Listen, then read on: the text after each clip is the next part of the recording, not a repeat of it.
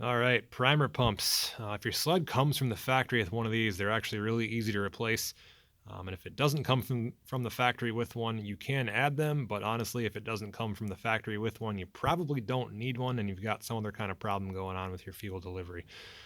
As far as mounting them, you're just going to use the same hole that you take it out of. It's just got a little washer and nut that secures it in place here.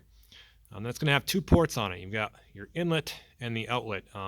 I only really deal with Bombardier stuff, Skidoo products, but I imagine this is going to be pretty similar across all platforms. This angled port here is typically your pickup, and then the straight port is the one that's going to shoot off to your carb. So let's go take a look at the fuel pickup on the other side there.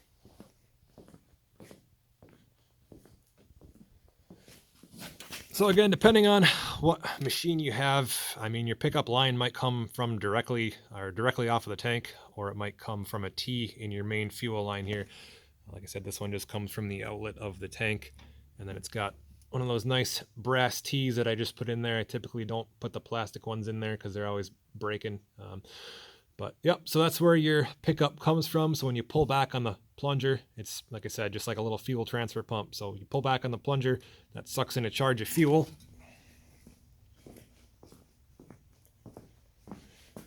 So once you pull back on it, sucks in the fuel, push it, it's going to push it out to the carb. So this other line, follow that up here, goes to a port on the throat of the carb there.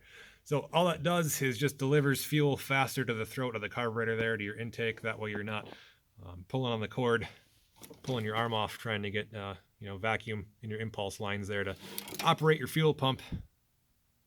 So, like I said, you can add those aftermarket if you want to. You just have to be willing to drill and tap the throat of your carburetor to put a port on there so you have some place for the fuel to get injected into. But like I said, if your sled comes from the factory with one, they typically come with a primer and no choke. Some sleds come with a primer, either a primer and no choke, or a choke and no primer, although I have had some in the past that have both. But like I said, you usually only need one or the other.